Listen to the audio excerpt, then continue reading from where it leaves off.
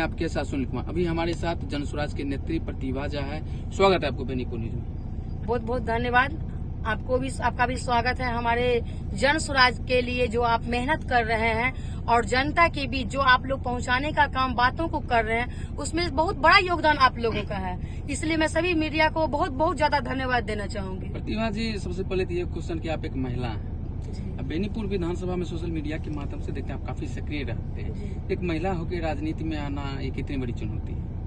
देखिए, महिलाओं के लिए तो चुनौती बहुत बड़ी है, क्योंकि आज ही नहीं, समाज में इससे पहले भी सबसे ज्यादा महिला सशक्त थी। घर से लेकर बाहर तक आप किसी भी क्षेत्र में देख लें, महिला का सशक्तिकरण हमेशा से रहा है। लेकिन जो समाज के नए नए जो ये चोंचले थे, उसमें महिलाओं को घर में दबा के रखा गया, उनको चूल्हे चौला तक सिमट के रख दिया गया। लेकिन प्रशांत भाई, ये एक ऐसी पार्टी जनसुराज की हम महिलाओं के लिए एक वरदान की तरह साबित हुई है कि हम महिला घर से निकलकर इस पार्टी के माध्यम से जो हम लोग जनता के लिए सोच रहे थे, जनता की सेवा करने के लिए, ये एक ऐसा प्लेटफॉर्म हम महिलाओं को मिला है कि हम लोग इस प्लेटफॉर्म के जरिए अपने समाज के लिए, अपने जिले के लिए, बिहार के लिए बहुत कुछ कर सकते हैं। नहीं, हम लोग ग्रामीण इलाका से आते हैं। ग्रामीण इलाका को राजनीति, महिला को राजनीति में आना, गांव गांव घूमना, तो गांव घर में क्षेत्र में भी चर्चा होने लगता है कि वो महिला हो कैसे करती, वैसे इस तरह का कभी आपको फाइट करने को मिला है? देखिए, समाज में जब आप निकलेंगे तो आपके बहुत सारी चुनौतियों का सामना करना पड़ेगा,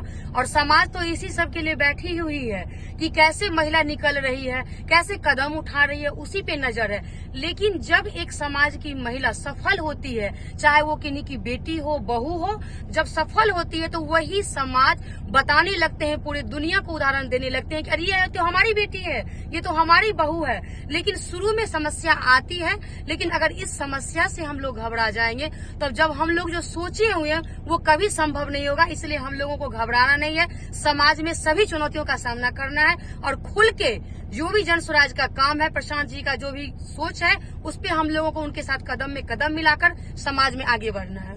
प्रतिभा जी, बहुत सारा पार्टी था, भारतीय जनता पार्टी, जिसका विदेश में डंका बजा हुआ है, राष्ट्रीय जनता दल है, जनता दल यू है, विभिन्न प्रकार के पार्टी, कांग्रेस है, लेकिन आप जनसुराज के ही क्यों चुने? बहुत सारे ऑप्शन था।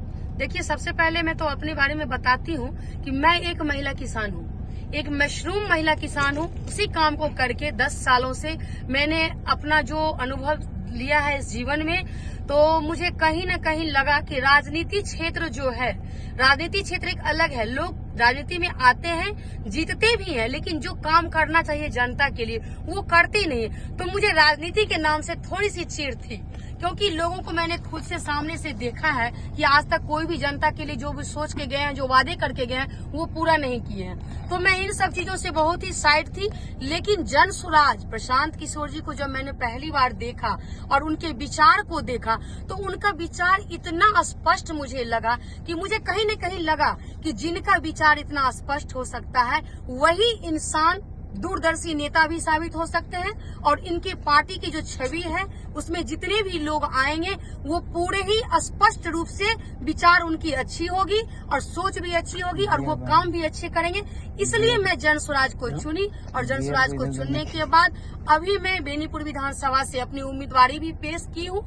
अगर जनता वासियों को लगेगा कि मैं उनके लिए सही उतरती हूँ, अगर वो मुझे मौका देते हैं, तो ये बेटी बेनीपुर के लिए वो हर काम करके दिखाएगी जो आज तक बेनीपुर क्षेत्र के लिए कभी आज तक काम नहीं हुआ है। कुछ ऐसा चुनिंदा काम बताइए जो आप लोगों के आने के बाद वो बिहार की जनता को मिलेगा तोहफा की तरह। देखिए, सबसे पहले तो हम 2 चीजों पे काम करना चाहेंगे।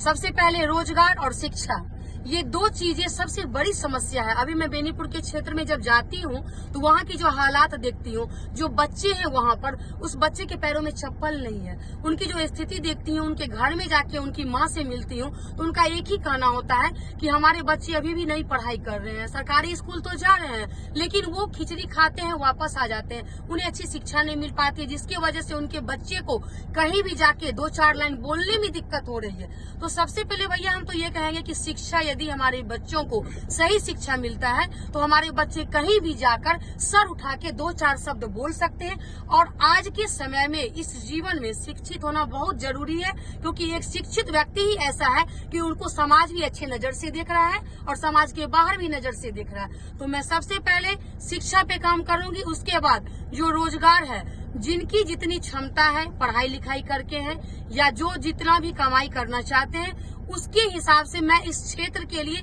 रोजगार की व्यवस्था सबसे पहले करूंगी। सभी लोग चुनाव से पहले बड़े बड़े वादा करते हैं, जैसे ही सत्ता में आते हैं तो वो उन बातों को भूल जाते हैं।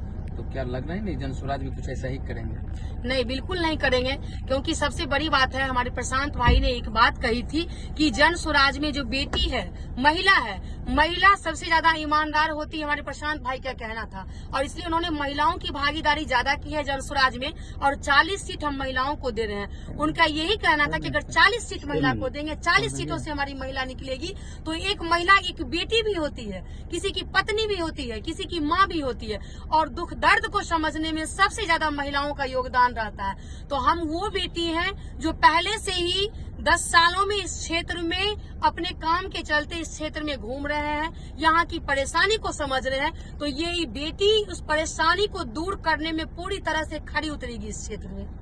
कुछ मान लीजिए क्षेत्र में भ्रमण किए हैं, काफी महिला सबके साथ आपके संवाद करते हुए देखा गया है, तो कुछ ऐसा बताइए जो खास करके महिला लोग उस क्वेश्चन को आपके सामने रखता हो कि हमको इस तरह का समस्या रहता है, उसका निमादान होना चाहिए। देखिए, सबसे पहले तो जो अभी क्षेत्र में जा रहे हैं तो शराबबंदी को लेके जो इतना हड़कंप मचा हुआ है कि शराब बंद है, तो जहाँ भी जाती हूँ महिलाओं को पूछती हूँ तो वो बोलते हैं कि नहीं, शराब बंद कहाँ है, शराब तो धड़ल्ले से बिक रहा है और वो भी अब घर घर बिक रहा है, आसानी से मिल जाता है। तो हमने उन लोगों को पूछा भी कि भाई कहाँ से मिल रहा है, तो उन्होंने महिलाओं का जवाब ये मिला मुझे कि यहाँ तो सारा सरकार का ही सेटिंग है, जहाँ से शराब आती है, जिस गाड़ी में आती है, वहाँ के हर जगह के लोग भी सरकार से मिले हुए हैं। तो सबसे पहले तो सरकार से नाराज महिलाओं इस बात से दिखी है कि अगर शराब बंदी है तो पूरा 100% बंद हो जाए या तो फिर उसे खोल दिया जाए।